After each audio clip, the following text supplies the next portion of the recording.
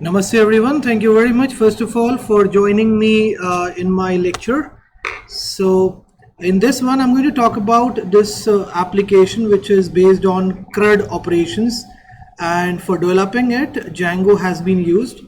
Now how this application works, let me first show you that. So this is what the home page looks like, and here the user can just enter his name. So for demo purpose I'm entering mine. Then he can enter his phone number here, employee address, employee code, sorry, and then he can choose one of the positions. And let's now submit the application. So what will happen once the user submits the application, it will be redirected. He'll be redirected to this page where he will get to see all his details. And suppose in future, or if he wants to change his details, if he has to make some changes in the details he just entered, he can simply click here on this edit button and it will redirect him to the same page where he will get to see the same registration form but all the details filled in it. Right, now here he can make the changes like this.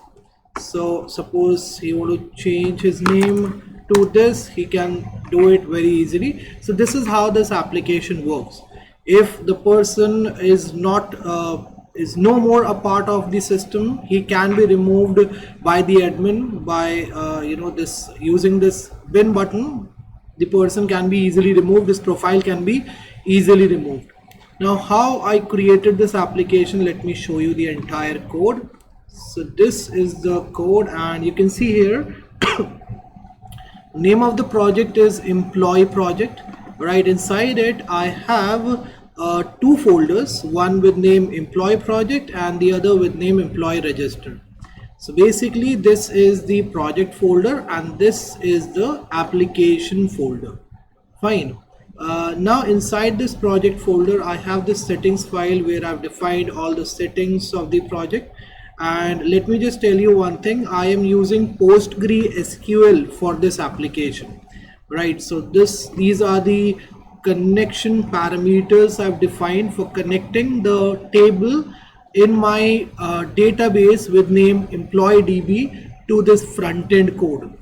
Right, then we have this urls.py file in which I've defined two simple parts. One which is going to control the admin part, means if suppose the user want to check the admin part, he can use this URL. Otherwise he can simply use employee after the that port number which he gets while after running the server. So he can just write employee after that and he'll be redirected to the home page of the application.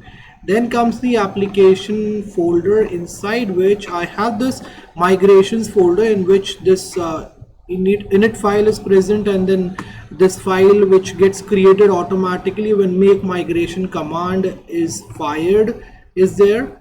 Then we have inside this templates named folder another folder with name employment, inside which I have all the template files. Right, so I have used 3 templates for this application.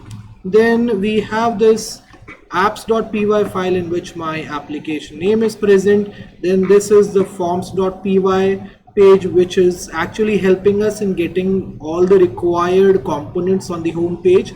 Right, then we have this models where we have defined the tables, urls.py which is helping us in connecting our application to the project URL.